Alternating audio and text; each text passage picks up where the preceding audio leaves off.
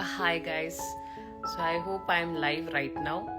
നടി ആര്യ പങ്കുവച്ച ഒരു ഇൻസ്റ്റഗ്രാം സ്റ്റോറിയാണ് ഇപ്പോൾ സിനിമാ ബിസിനസ് ലോകത്തെ പുതിയ സംസാര വിഷയം. തന്റെ കാഞ്ചീവരം എന്ന സാരി ബ്രാൻഡിന്റെ 7 വർഷത്തെ യാത്രക്കിടയിൽ ഒരു പ്രമുഖ സെലിബ്രിറ്റിയിൽ നിന്നും തനിക്കുണ്ടായ മോശം അനുഭവത്തെക്കുറിച്ചാണ് ആര്യ തുറന്നു പറഞ്ഞത്. ഇന്നൊരു സെലിബ്രിറ്റി സാരി ബ്രാൻഡ് ലോഞ്ച് ചെയ്തത് കണ്ടപ്പോൾ എനിക്ക് വളരെ സന്തോഷം തോന്നി. പക്ഷേ അതേ വ്യക്തി കാരണം മുൻപ് ഞാൻ അനുഭവിച്ച മാനസിക വിഷമം ഇപ്പോഴും ഉള്ളിലുണ്ട്. ആ വേദന നിമിത്തം ഏറെക്കാലം ഞാൻ തളർന്നു പോയിരുന്നു. ഇന്ന് അതേ ബിസിനസ്സിലേക്ക് ആ വ്യക്തി കടന്നു വരുമ്പോൾ ഞാൻ അനുഭവിച്ച നിസ്സഹായാവസ്ഥ അവർക്ക് മനസ്സിലാകുന്നുണ്ടാകുമെന്ന് കരുതുന്നു എന്നാണ് ആര്യ കുറിച്ചത്. ആരുടെയും പേരൊന്നും എടുത്തു പറഞ്ഞിട്ടില്ലെങ്കിലും ആര്യ ഈ കുറിപ്പ് പങ്കുവച്ച അതേ ദിവസം തന്നെ നമിത പ്രമോദ് തന്റെ പുതിയ സാരി ബ്രാൻഡിന്റെ വിവരങ്ങൾ പുറത്തുവിട്ട് രംഗത്ത് വന്നിരുന്നു.